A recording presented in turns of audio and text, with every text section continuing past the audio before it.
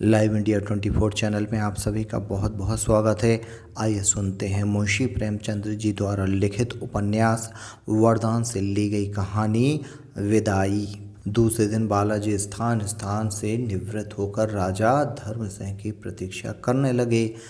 आज राजघाट पर एक विशाल गौशाला का शिलारोपण होने वाला था। नगर की हाट बाट और वीथियां मुस्कुराती हुई जान पड़ती थीं। सड़क के दोनों पार्श्व में झंडे और झंडियां लहरा रही थीं। गुरुद्वार फूलों की माला पहने स्वागत के लिए तैयार थे, क्योंकि आज उस स्वदेशी प्रेमी का शुभागमन है जिसने अपना सर्वस्व देश के हित में बलिदान कर दिया है। हर्ष की देवी अपनी सखी सहेलियों के संग टहल रही थीं। वायु झूमती थी और दुख और विषाद का कहीं नाम ना था। ठौर ठौर पर बधाइयाँ बज रही थीं। पुरुष सुहावने वस्त्र पहने इठलाते थे। स्त्रियां 16 श्रृंगार के लिए मंगल गीत गाती थीं। बालक मंडली के जरिए साफा धारण किए कलोलें करती थी। हर पुरुष स्त्री के मुख से प्रसन्नता झलक रही थी, क्योंकि आज एक सच्चे जाति है तैसी का शुभागमन है जिसने अपना सर्वस्व जाति के हित में भेंट कर दिया है। बालाजी अब अपने सुहृदों के संग राजघाट की ओर चले तो सूर्य भगवान ने पूर्व दिशा से निकलकर उनका स्वागत किया।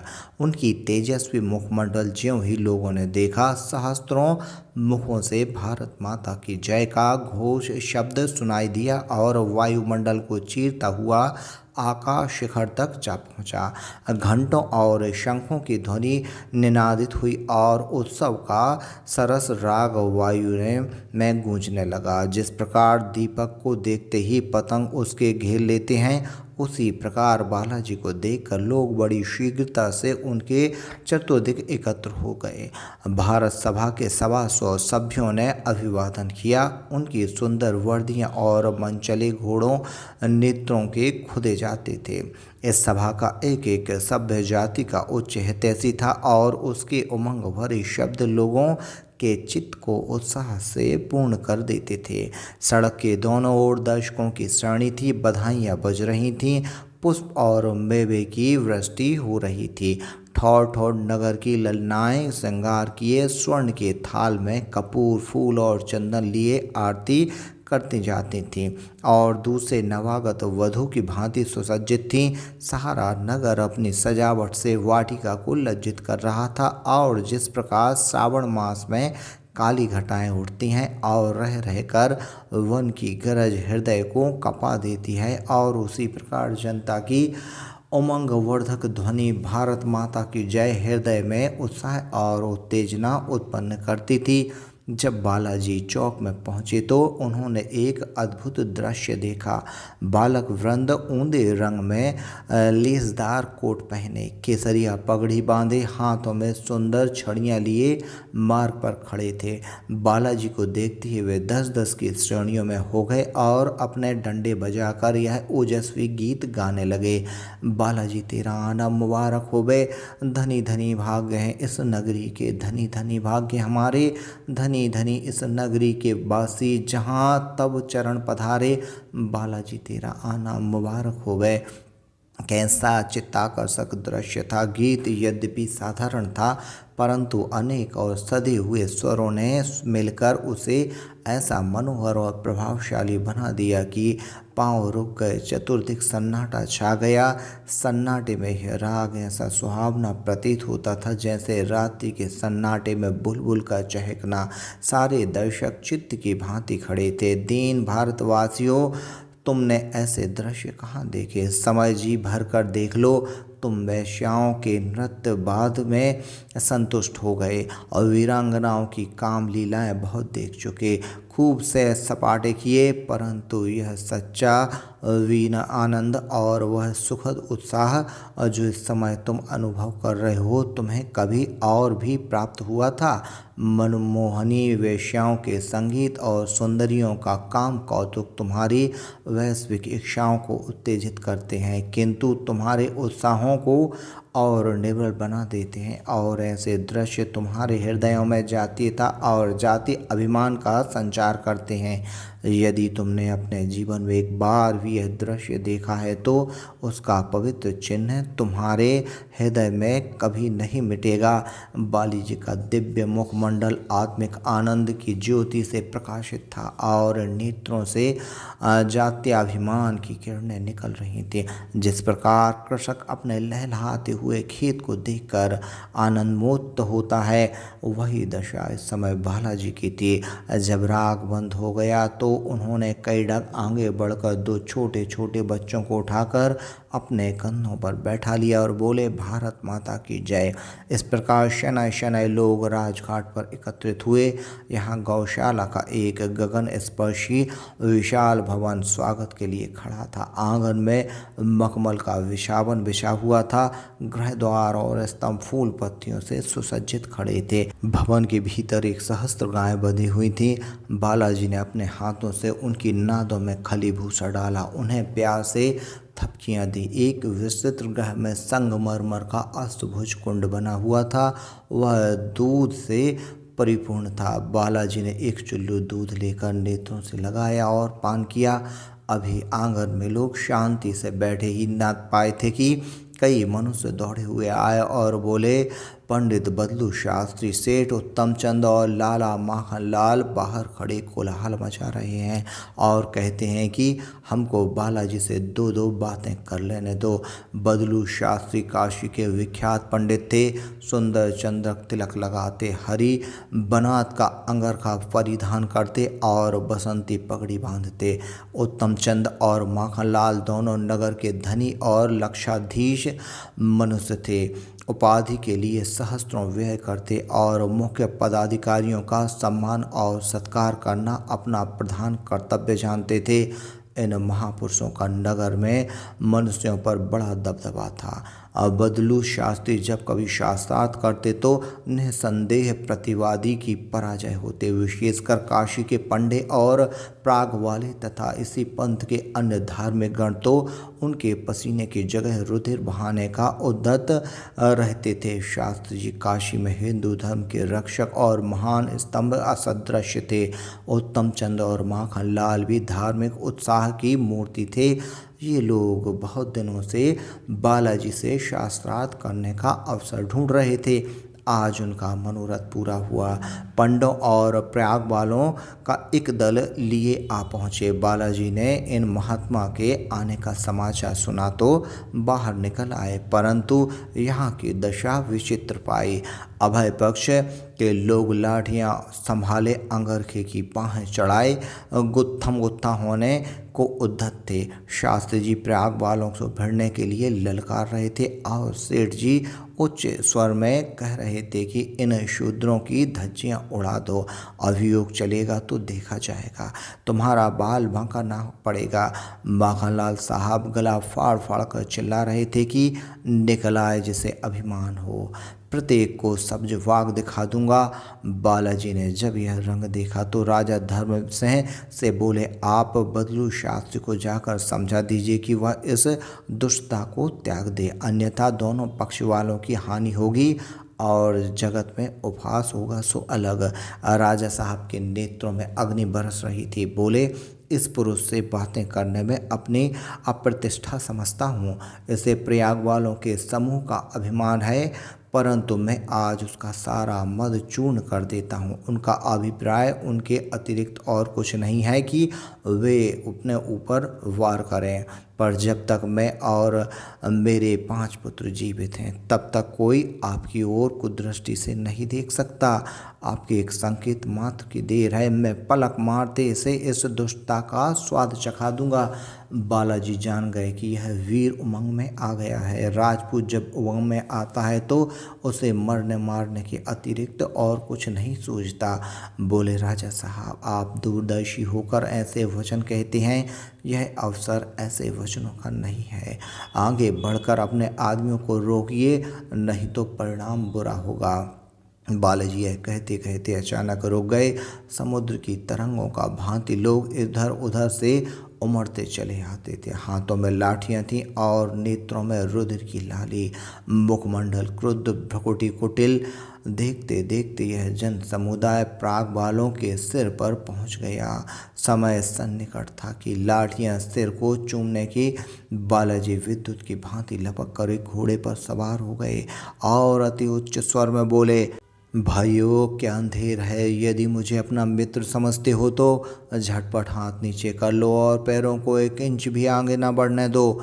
मुझे अभिमान है कि तुम्हारे हृदय में वीरोचित क्रोध और उमंग तरंगित हो रहे हैं। क्रोध एक पवित्र उद्वेग और पवित्र उत्साह है, परंतु आत्म संवरण उससे भी अधिक पवित्र धर्म है। इस समय अपने क्रोध को दृढ़ता से रोको। क्या तुम अपनी जाति के साथ कुल का कर्तव्य पालन कर चुके कि इस प्रकार प्राण विसर्जन करने पर कटिबद्ध हो? क्या तुम दीपक लेकर भी कूप में गिरना चाहते हो? ये लोग तुम्हारे स्वदेश बांधव और तुम्हारे ही रुधिर हैं।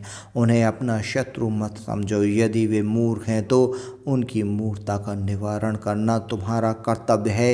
यदि वे तुम्हें अपशब्द कहें तो तुम बुरा मत मानो। यदि वे तुम्हें युद्ध करने को प्रस्तुत हों तो तुम नम्रता से स्वीकार करो और एक चतुर वैद्य की भांति अपने विचारहीन रोगियों की औषधि करने के तत्कालीन हो जाओ। मेरी इस आशा के प्रतिकूल यदि तुमने में से किसी ने हाथ उठाया तो वह जाति का शत्रु होगा। इन समुचित शब्दों से चतुर्दिक शांति छा गई। जो जहाँ था वह वहीं चित्रलिखित सा हो गया। इस मनुष्य के शब्दों में कहाँ का प्रभाव भरा था जिसने 50 सहस्त्र मनुष्य के उमड़ते हुए उद्वेग को इस प्रकार शीतल कर दिया। जिस प्रकार कोई चतुर सारथी दुष्ट घोड़े को रोक लेता है। और यह शक्ति उसे किसने दी थी? न उसके सिर पर राजमुकुट था, न वह किसी सेना का नायक था। यह केवल उस पवित्र और निस्वार्थ जाति सेवा का प्रताप था जो उसने की थी। स्वजाति सेवक के मान और प्रतिष्ठा का कारण वे बलिदान होते हैं जो वह अपनी जाति के लिए करता है। पंडों और प्रभाव वालों ने बालाजी का प्रतापवान रूप देखा और स्वर सुना तो उनका क्रोध शांत हो गया। जिस प्रकार सूर्य के निकलने से कोहरा फट जाता है, उसी प्रकार बालाजी के आने से विरोधियों की सेना तितर बितर हो गई। बहुत से मनुष्य जो उपद्रव के उद्देश्य आए थे, श्रद्धापूर्वक बालाजी के चरणों में मस्तक झुकाकर उनके अनुयायियों के वर्ग में सम्मिलित हो गए। अब बदलू शास्त्री ने बहुत चाहा कि वह पंडों के पक्षपात और मूर्खता को उत्तेजित करे, किंतु सफलता न हुई। उस समय बालाजी ने एक परम प्रभावशाली वक्तव्यता दी जिसका एक एक शब्द आज तक सुनने वालों के हृदय पर अंकित है और जो भारतवासियों के लिए सदा दीप का काम करेगा। बालाजी की वक्रताएं प्रायः सारगर्भित हैं, परंतु वह प्रतिभा, वह ओज जिससे वह वक्रता अलंकृत है, उसके किसी व्याख्यान में दीप नहीं पड़ते। उन्होंने अपने वाक्यों के जादू से थोड़ी ही देर में पंडों को अहीरों और पासियों से गले मिला दिया। उस वक्तता के अंतिम शब्द थे, यदि आप दृढ़ता से कार्य करते जाएंगे तो अवश्य एक दिन आपको अभीष्ट सिद्धि का स्वर्ण स्तंभ दिखाई देगा, परंतु धैर्य को कभी हाथ से न जाने देना। दृढ़ता बड़ी प्रबल शक्ति है। दृढ़ता पुरुष के सब गुण का राजा है। दृढ़ता वीरता का एक प्रधान अंग है, उसे कदापि हाथ से न जाने देना। तुम्हारी परीक्षाएं होगी, ऐसी दशा में दृढ़ता के अतिरिक्त कोई विश्वासपात्र पथ प्रदर्शक नहीं मिलेगा।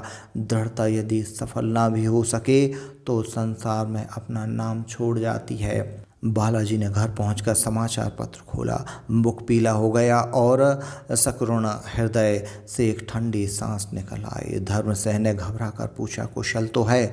बालाजी बोले, सदिया में नदी का बांध फट गया, 10 सहस्त्र मनुष्य गृहहीन हो गए। धर्मसेन बोला, ओहो। बालाजी बोले, सहस्त्रों मनुष्य प्रवाह की भेंट हो गए, सारा नगर नष्ट हो गया, घरों की छतों पर नावें चल रही हैं, भारत सभा के लोग पहुंच गए हैं और यथाशक्ति लोगों की रक्षा कर रहे हैं, किंतु उनकी संख्या बहुत कम है। धर्मसेन बोले, हे ईश्वर, तू इन अनाथों का नाथ है। 3 घंटे तक निरंतर मूसलाधार पानी बरसता रहा। 16 इंच पानी गिरा। नगर के उत्तरी विभाग में सारा नगर एकत्र है। न रहने को गृह, न खाने को अन्न। शव की राशियां लगी हुई हैं। बहुत से लोग भूखे मर जाते हैं। लोगों के विलाप और करुणाक्रंद से कलेजा मुंह को आता है। सब उत्पाद पीड़ित मनुष्य बालाजी को बुलाने की रट लगा रहे हैं। उनका विचार यह है कि मेरे पहुंचने से उनके दुख दूर हो जाएंगे। कुछ काल तक बालाजी ध्यान में मग्न रहे। तत्पश्चात बोले, मेरा जाना आवश्यक है, मैं तुरंत जाऊंगा।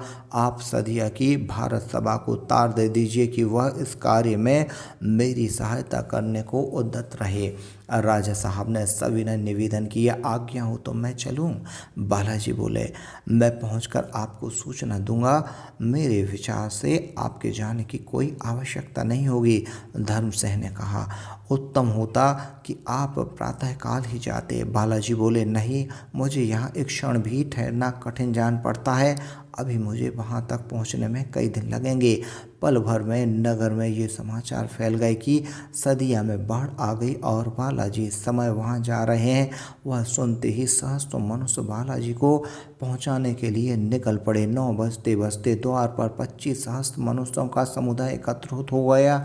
सदिया की दुर्घटना प्रत्येक मनुष्य के मुख पर थी। लोग उन आपत्ति पीड़ित मनुष्यों की दशा पर सहानुभूति और चिंता प्रकाशित कर रहे थे। सैकड़ों मनुष्य बालाजी के संग जाने को कटिबद्ध हुए। सदिया वालों की सहायता के लिए एक फंड खोलने का परामर्श होने लगा। उधर धर्मसह के अंतःपुर में नगर की मुख्य प्रतिष्ठित स्त्रियों ने आज स्वामा को धन्यवाद देने के लिए एक सभा एकत्र की थी। उस उच्च प्रसाद का एक एक कोना स्त्रियों से भरा हुआ था। प्रथम व्रजरानी ने कई स्त्रियों के साथ एक मंगलमय सुहावना गीत गाया। उसके पीछे सब स्त्रियां मंडल बांधकर गाते बजाते आरती का थाल लिए स्वामा के गृह पर आईं। सेवती और चंदा अतिथि सत्कार करने के लिए पहले ही से प्रस्तुत थीं। स्वामा प्रत्येक महिला से गले मिली और उन्हें आशीर्वाद दिया कि तुम्हें अंक में भी ऐसे ही सपूत बच्चे खेलें। फिर रानी जी ने उसकी आरती की और गाना होने लगा। आज माधवी का मुखमंडल पुष्प की भांति खिला हुआ था। मात्र वह उदास और चिंतित न थे। आशाएं विष की गांठ हैं। उन्हीं आशाओं ने उसे कल रुलाया था, किंतु आज उसका चित्त उन आशाओं से रिक्त हो गया। इसलिए मुखमंडल दिव्य और नेत्र विकसित हैं। निराशा रहकर उस देवी ने सारी आयु काट ली, परंतु आशापूर्ण रहकर उससे एक दिन का दुख भी न सहा गया। सुहावने गानों के आलाप से सारा नगर गूंज उठा। अचानक सदिया का समाचार वहां भी पहुंचा और राजा धर्मसेन यह सुनाई दिए, आप लोग बालाजी को विदा करने के लिए तैयार हो जाएं, वे अभी सदिया जाते हैं। यह सुनते ही अर्धरात्रि का सन्नाटा छा गया। स्वामा घबरा कर उठी और द्वार की ओर लपकी, मानो वह बालाजी को रोक लेगी। उसके संग सबकी सब स्त्रियां उठ खड़ी हुईं और उसके पीछे पीछे चलीं। व्रजरानी ने कहा, चाची, क्या उन्हें बरवस विदा करोगी? अभी तो वे अपने कमरे में हैं, मैं उन्हें न जाने दूंगी। विदा करना कैसा? स्वामा बोली, मैं क्या सदिया को लेकर चाटूंगी? भाड़ में जाए, मैं भी तो कोई हूँ, मेरा भी तो उन पर कोई अधिकार है। व्रजरानी बोली, तुम्हें मेरी शपथ, इस समय ऐसी बातें न करना। सहस्त्रों मनुष्य केवल उनके भरोसे पर जी रहे हैं, यह न जाएंगे तो प्रलय हो जाएगी। माता की ममता ने मनुष्यता और जातित्व को दबा लिया था, परंतु व्रजरानी ने समझा बुझाकर उसे रोक लिया। स्वामा इस घटना को स्मरण करके सर्वदा पछताया करती थी। उसे आश्चर्य होता था कि मैं आपसे बाहर क्यों हो गई। रानी जी ने पूछा, विरजन, बालाजी को कौन जयमाला पहनाएगा? विरजन ने कहा, आप। रानी जी बोली, और तुम क्या करोगी? विरजन ने कहा, मैं उनके माथे पर तिलक लगाऊंगी। रानी जी बोली, माधवी कहाँ है? विरजन धीरे से बोली, उसे न छेड़ो, बेचारी अपने ध्यान में मग्न है। इसी बीच में बालाजी बाहर निकले। स्त्रियां भी उनकी ओर बढ़ीं। बालाजी स्वामा की ओर देखा तो निकट आकर उसके चरण स्पर्श किए। स्वामा ने उन्हें उठाकर हृदय से लगाया। कुछ कहना चाहती थी परंतु ममता से मुख न खोल सकी। रानी जी फूलों की जयमाला लेकर चली कि उसके कंठ में डाल दूं, किंतु चरण थर्राए और आगे न बढ़ सकी। व्रजरानी चंदन का थाल लेकर चली परंतु नेत्र श्रावण घन की भांति बरसने लगे। तब माधवी चली, उसके नेत्रों में प्रेम की झलक थी और मुँह पर प्रेम की लाली, अधरों पर महीनी मुस्कान झलक रही थी और मन प्रमोन्माद में मग्न था। उसने बालाजी की ओर ऐसे चितवन से देखा जो अपार प्रेम से भरी हुई थी। तब से नीचा करके फूलों की जयमाला उसके गले में डाली, ललाट पर चंदन का तिलक लगाया। लोक संस्कार की न्यूनता वह भी पूरी हो गई। उस समय बालाजी ने गंभीर सांस ली। उन्हें प्रतीत हुआ कि मैं अपना प्रेम के समुद्र में बहा जा रहा हूँ। धैर्य का लंगर उठ गया है और उसे मनुष्य की भांति जो अकस्मात जल में फिसल पड़ा हो। उन्होंने माधवी की बाह पकड़ ली, परंतु हाँ, जिस तिनके का उन्होंने सहारा लिया था वह स्वयं प्रेम की धार में तीव्र गति से बहा जा रहा था। उसका हाथ पकड़ते ही माधवी के रोम रोम में बिजली दौड़ गई, शरीर में श्वेत बिंदु झलकने लगे और जिस प्रकार वायु के झोंके से पुष्प दल पर पड़ते हुए ओस के जलकण पृथ्वी पर गिर जाते हैं, उसी प्रकार माधवी के नेत्रों से अश्रु के बिंदु बालाजी के हाथ पर टपकने पड़े। प्रेम के मोती थे जो उन मतवाली आंखों ने बालाजी को भेंट किए। आज से ये आंखें फिर न रोएंगी। आकाश पर तारे छिटके हुए थे और उनकी आड़ में बैठी हुई स्त्रियां यह दृश्य देख रही थीं। आज प्रातःकाल बालाजी के स्वागत में यह गीत गाया था, बालाजी तेरा आना मुबारक होवे। और इस समय स्त्रियां अपने मन भावन स्वरों से गा रही थीं, बालाजी तेरा आना मुबारक होवे। आना भी मुबारक था और जाना भी मुबारक है। आने के समय भी लोगों की आंखों में आंसू निकलते थे और जाने के समय भी निकल रहे हैं। कल वे नवागत के अतिथि स्वागत के लिए आए थे, आज उसकी विदाई कर रहे हैं। उनके रंग रूप सब पूर्ववत हैं परंतु उनमें कितना अंतर है।